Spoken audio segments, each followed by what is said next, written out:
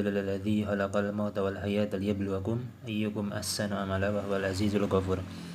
اللهم صل وسلم وبارك على سيدنا محمد وعلى sahbihi wa barik wasallim ajma'in, amma ba'd.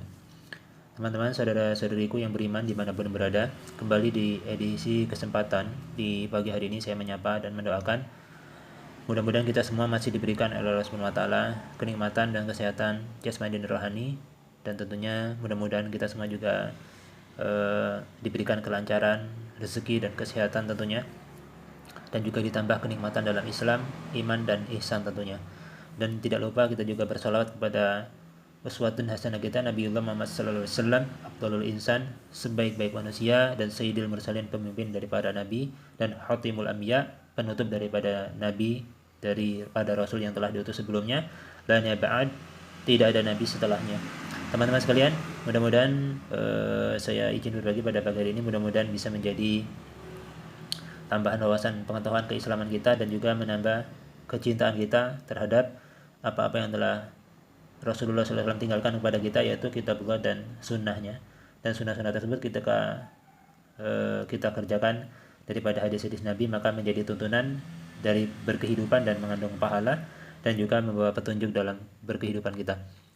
Teman-teman, pada kesempatan di pagi hari ini saya akan menampilkan satu buah hadis dari yang tercatat atau tercantum dalam kitab Sunan An-Nasa'i di Kitabul Adzan, kitab yang ketujuh. Jika kitabnya sama teman-teman sekalian, di halaman 94 di kitab yang ketujuh dan subtopiknya yang ke-26 ya. Jadi dia ada kitab, dalam kitab ada kitab, ya kitab An-Nasa'i ini ada kitab di dalamnya, itu Kitabul Adzan, kitab yang ketujuh, dan ini di subtopik pembahasan yang ke-26 di nomor hadis 666. Jadi nanti jika kitabnya sama nanti bisa merujuk atau melihat, itu rawi hadisnya terhubung kepada An Uqbah ibni Amir ya, atau Uqbah bin Amir. Itu qala sami'tu Rasulullah sallallahu alaihi wasallam, dia berkata, dari rawi hadis yang terhubung kepada Rasulullah, dia mendengar Rasulullah SAW bersabda, yaqulu ya'jabu rabbuka min ra'i ghanamin fi ra'si saziyatil jabali. Jadi Rabbmu sungguhnya merasa takjub atau merasa kagum. Allah SWT Azza wa Jalla merasa kagum terhadap seorang hamba yang mengembalakan ternak di atas puncak bukit seperti itu. Yu'azzinu bis salati wa yusalli.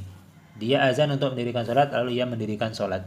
Fa yaqulullahu azza wa jalla, Allah Subhanahu wa taala azza wa jalla yang maha agung, yang baginya segala kemuliaan, berfirman, unzuru ila abdi haza, sungguhnya lihatlah hambaku ini, yu'azzinu wa yuqimus sholata, dia azan dan mendirikan salat, atau azan kemudian mendirikan salat. Yaqafu minni, ya, dia azan kemudian mendirikan salat karena ia merasa takut kepadaku, kata Allah Subhanahu wa taala. Qad ghafartu li abdi, sesungguhnya aku telah ampuni dosa-dosanya, atau dosa-dosa hamba tersebut telah diampuni Allah Subhanahu wa taala, sebab tadi wa adkhaltuhul jannata, dan dia akan kumasukkan ke dalam surga, atau dia akan kumasukkan ke dalam surga. Seperti itu. Teman-teman sekalian, ini bab yang menjelaskan tentang subtopik yang menjelaskan tentang al-azanu liman yusalli wahdahu, yaitu azan bagi orang yang sholat sendirian. Ya, karena di puncak bukit berarti daerah pedalaman. Jadi disunahkan ketika mau sholat sendirian pun, dimanapun tempat berada, disunahkan untuk melakukan azan dahulu, ya kan, lalu iqamat dan sholat sendirian. Dan di sini ada fadilah dan keutamanya, dan Allah pun merasa kagum, takjub kepada seorang hamba yang tinggal daerah terpelosok ya, daerah pelosok yang memang terpencil, tapi dia tetap mendirikan azan, mengumandangkan azan lalu mendirikan sholat. Karena apa? Ya khafu minni, merasa takut kepadaku, kata Allah Subhanahu wa taala, dan dia diampuni dosa-dosanya sebab tersebut. Mudah-mudahan ini memberikan pencerahan bagi diri kita. Lalu bagaimana dengan posisi kita? Bagaimana dengan posisi kesempatan yang Allah berikan kepada kita? Kita tinggal di daerah yang ramai, mungkin di perkotaan, yang dalam seketika masuknya panggilan sholat 5 waktu tersebut tidak cuma hanya satu masjid yang kita dengar menyerukan suara azan.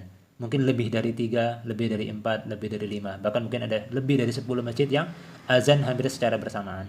Apakah belum tergerak juga kita untuk mendirikan sholat? Mudah-mudahan kita diberikan hidayah untuk senantiasa bisa menjaga sholat fardu secara berjamaah bagi laki-laki khususnya, dan bisa diwafatkan dalam kondisi istiqomah dalam amalan tersebut. Wallahu a'lam bishawab. Wassalamualaikum warahmatullahi wabarakatuh.